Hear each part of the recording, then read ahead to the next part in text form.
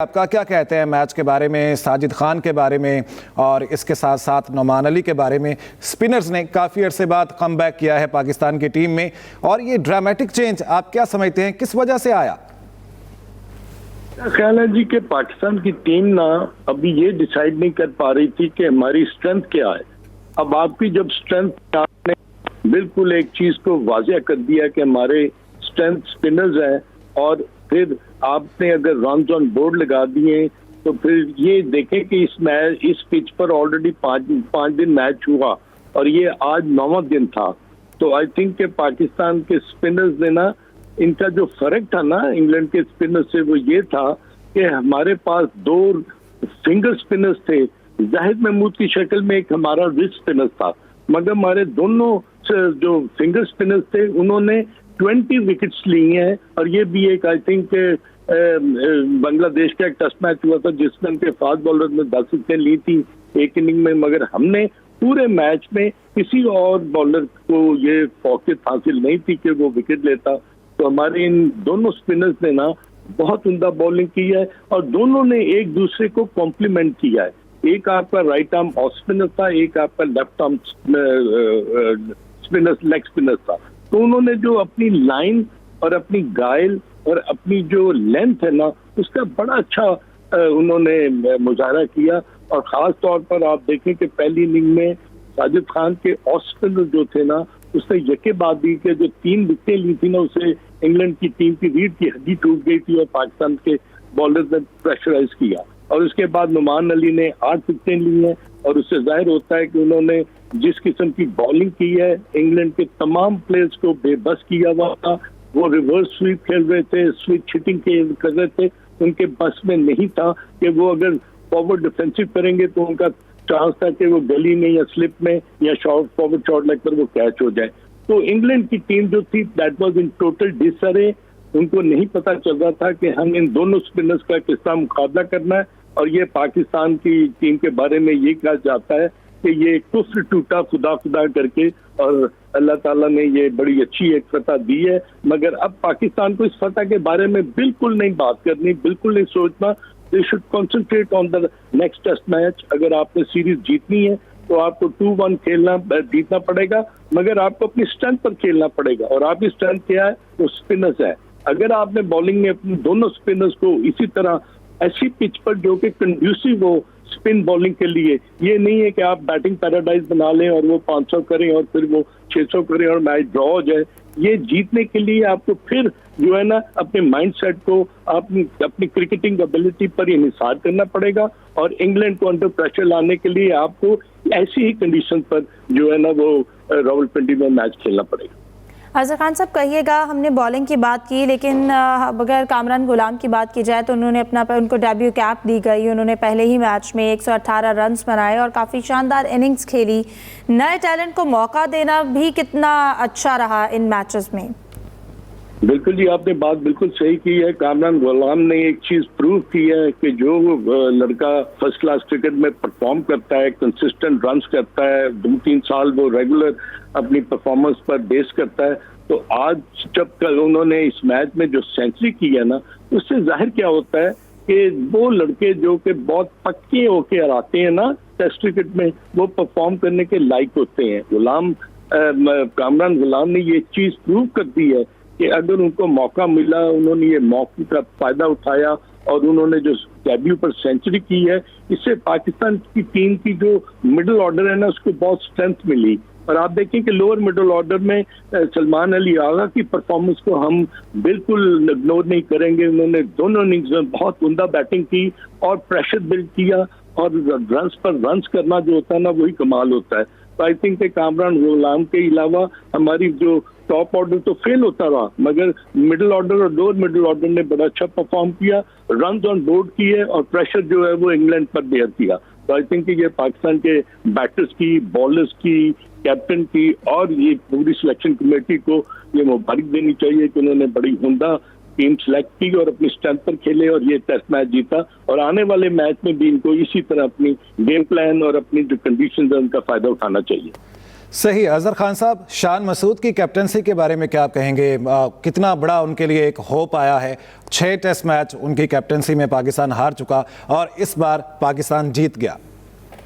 देखिए, यही एक सिचुएशन ऐसी होती है कि जब आप एज ए कैप्टन जिसके बाद दीगरे आप मैचेस हार रहे हो ना, तो एक माइंडसेट जो है ना वो नेगेटिविटी की तरफ चला जाता है। तो मेरे ख्याल में को ये जीत जो है ना, इससे खाली शान मसूद की कैप्टनसी को नहीं फर्क पड़ेगा, बल्कि पाकिस्तान की पूरी टीम में एक नया जज्बा, एक नया वलवला, एक नई लगन जो है वो पैदा होगी कि हम इंग्लैंड को हरा सकते हैं अपनी कंडीशन में, इंग्लैंड को हम टफ टाइम दे सकते हैं। और इसीलिए मेरा ख्याल है कि अब आप 3rd टेस्ट मैच में देखें कि शान मसूद को कप्तानी के अलावा अपनी परफॉर्मेंस पर भी बेस करना पड़ेगा, उनको रन्स ऑन बोर्ड करने पड़ेंगे। कैप्टन अगर आपका परफॉर्म करता है ना, तो आपकी टीम जो है वो बड़ी स्ट्रॉन्ग एक यूनिट की तरह नजर आती है। तो आई थिंक कि शान मसूद के लिए एक अच्छा मौका है कि 6 मैचों के बाद उन्होंने ये टेस्ट मैच जीता है, और ये अब अगर वो सीरीज जीतते हैं तो उनका नाम भी जो है ना क्रिकेट एनल्स में और हिस्ट्री में आएगा कि उन्होंने इंग्लैंड के खिलाफ जो सीरीज है वो जीती। तो मेरा ख्याल उनको आउटस्टैंडिंगली उनको अपनी परफॉर्मेंस पर ना ज्यादा बेस करना पड़ेगा। 151 रन उन्होंने कर लिए थे, मगर 3 इनिंग्स उनकी जकबा दिगरे फेल गई हैं। तो मैं यही समझता हूँ कि अगर captain if he leads from the front ना, तो वो अपने 10 प्लेयरों से 100% एक्सपेक्ट करता है। ठीक है जाहिद साहब, मैं आपकी जानिब आना चाहूँगी। कहिएगा, जैसा कि आकिब जावेद की जानिब से ये बार बार कहा जा रहा था कि इसी पिच पर खेलना है, जो स्ट्रेटजी उनकी जानिब से बनाई गई, क्या लगता है उन्होंने पिच को काफ़ी अच्छे से असेस किया था? लेकिन नई सिलेक्शन कमेटी ये तो बनी है अभी, क्योंकि सीरीज के दौरान तनकीद भी हुई थी कि सीरीज के दौरान ही सिलेक्शन कमेटी खत्म कर दी गई, क्योंकि वर्ल्ड कप T20 जब हारे थे उसके बाद वहाब रियाज और अब्दुल रज़ाक को जो है सिलेक्शन कमेटी से अलग कर दिया गया था। इसके बाद मोहम्मद यूसुफ ने को 10 दिन पहले जो है रिजाइन दे दिया। तो एक टेस्ट के बाद जो है आकिब जावेद, अजहर अली और अलीम डार को शामिल किया गया, और शायद ये हिस्ट्री में पहली दफा था कि किसी ऐसे अंपायर को जो कि अभी अंपायरिंग करते हैं, और उन्होंने ऐलान भी कर रखा है कि डोमेस्टिक क्रिकेट में इस दफा वो अंपायरिंग करेंगे, इसके बाद मुकम्मल तौर पर रिटायर हो जाएंगे, उनको भी शामिल किया गया। और एक अंपायर जहाँ पे खड़ा होता है, जितनी मेहनत अलीम डार ने की है उनसे बेहतर कोई नहीं समझता कि कैसे बैट्समैन आउट होता है या क्या खामियां या खूबियां पाई जाती हैं बैटिंग में और बॉलिंग में। और फिर असद शफीक जो है उनको बरकरार रखा गया था। तो नई सिलेक्शन कमेटी है, ये नहीं मुराल हुआ होगा नए सिलेक्टर्स का भी, और रावलपिंडी में भी जाएंगे, जैसे अजहर खान साहब भी बता रहे थे कि क्योंकि ऑलरेडी जो है यहाँ पे 5 दिन का पहले टेस्ट खेला गया है, और फिर ये टेस्ट मैच था, गोया कि 9 दिन यहाँ पे टेस्ट मैच खेला गया।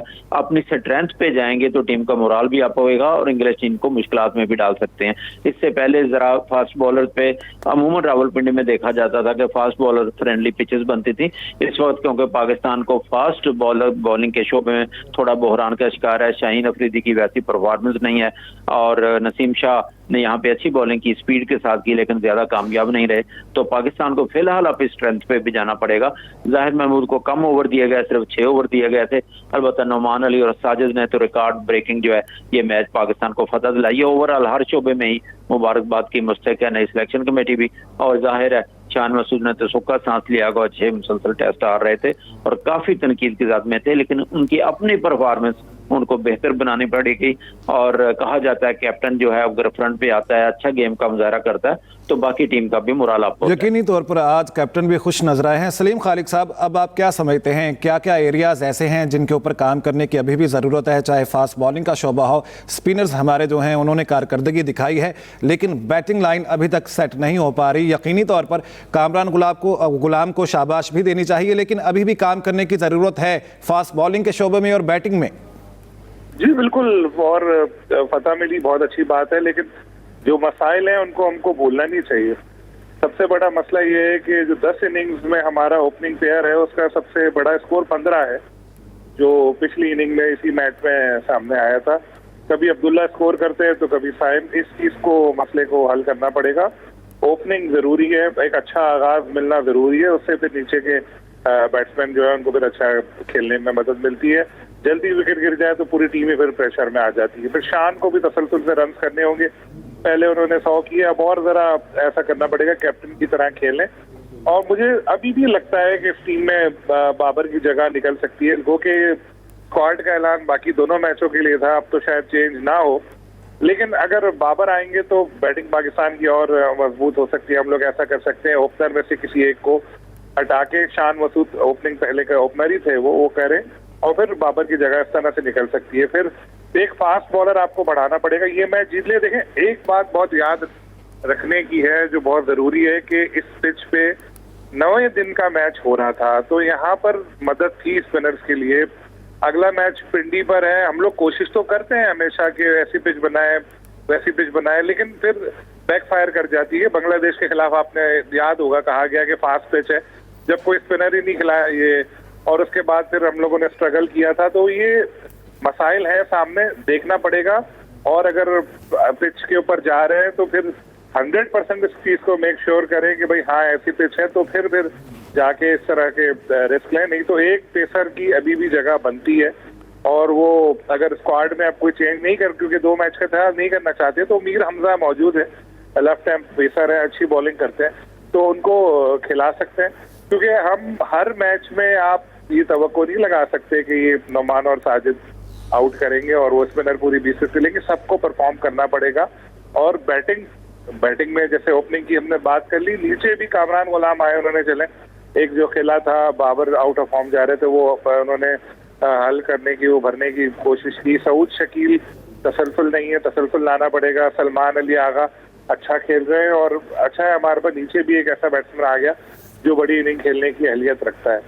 तो अब ओवरऑल अगर हम देखें तो हमको कई शोबों में इस वक्त बेहतरी की जरूरत तो नजर आ रही है, लेकिन इस वक्त जश्न मनाएं, पहले जो मैच जीते, फिर आगे यकीनी तौर पर सोचना पड़ेगा। पीसीबी सोच भी रहा होगा कि मैच तो जीत गया, बड़ा गोल्डन चांस है सीरीज भी जीतने का, इंग्लैंड को हराने का, जो पहले हम लोग, और अब तो उससे किस तरह से फायदा उठाया जा सकता है इस मौके से, इस पे सोचने की जरूरत है। और आई होप इन लोगों ने अब हिकमत अमली बनाना शुरू कर दी होगी, और जिस तरह अभी आउट ऑफ द बॉक्स जाके सोचा और वैसे ही एक गैर मामूली फतह मिली, आगे भी इस तरह के डिसीजन लीजिए। देखिए, हार तो रही रहे, हम लोग काफी अरसे से एक ही बात कर रहे थे कि भाई हार तो रहे हो, तो क्यों एक ही टीम को खिलाए जा रहे हो 3-4 साल से, नए लड़कों को मौका तो दो।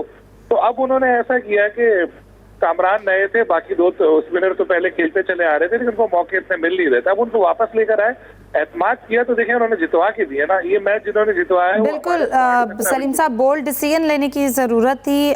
साथ ही रहिएगा, साबिक टेस्ट क्रिकेटर मुदस्सिर नज़र साहब हमारे साथ मौजूद हैं, उनसे भी बात कर लेते हैं। बहुत शुक्रिया मुदस्सिर साहब आपके वक्त का। सबसे पहले कहिएगा, पाकिस्तान ने जो मैच जीता है, परफॉर्मेंस रही जिस तरह की, स्पेशली बॉलर्स की, क्या कहेंगे आप?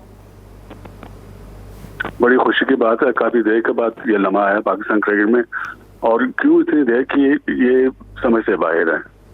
क्रिटिसाइज तो नहीं करना चाहता, लेकिन जो भी पहले सिलेक्शन होती रही, पिचेस बनती रही, और पाकिस्तान मतवाता हारता रहा, तो ये भी नहीं को ब्रेव डिसीजन चाहिए था, थोड़ा सा समझ के चलना चाहिए था इनको। इन्होंने लेट किया, मजबूरन किया, लेकिन अच्छा फैसला किया। और फिर उसके बाद जो ये नई सिलेक्शन कमेटी लेके आए, उन्होंने आके बड़े बोल्ड फैसले किए, और जो किए वो उनसे बहुत फायदा हुआ। आप कामरान गुलाम की बात कर रहे हैं, काफी अर्से से पाकिस्तान में वो फॉर्म में था, स्कोर कर रहा था, लेकिन नहीं आ सका, टीम में आया तो वो इतने बड़े शूज उसने फिल किए हैं जो बाबर आजम की टेम्परेरीली टीम से भाग गई, उनकी जगह आके इतनी जबरदस्त परफॉर्मेंस दी उन्होंने। उसके बाद यही 2 स्पिनर्स पाकिस्तान के लिए खेले हैं। अगर इनको देखा जाए, जो पहले भी जब ये खेले इनकी परफॉर्मेंस तो गंदी तो नहीं थी, बहुत जबरदस्त परफॉर्मेंस थी, पर पिचेस की वजह से इनको चांस नहीं मिल रहा था। अब साथ कंडीशन इसको मिली तो उन्होंने करके दिखाया पाकिस्तान को। अभी भी देखें तो पाकिस्तान की टीम जो खेली है, इसमें एक कमी बिल्कुल थी, एक फास्ट बॉलर की कमी थी, और आपने जाहिद महमूद को खिलाया तो उसको ऑलमोस्ट बॉलिंग ही नहीं मिली। तो I am sure next match में ये इस तरह की गलती नहीं करेंगे, और इंशाल्लाह इस तरह के जो अच्छे फैसले तो होते रहेंगे और जुर्माना फैसले होते रहेंगे।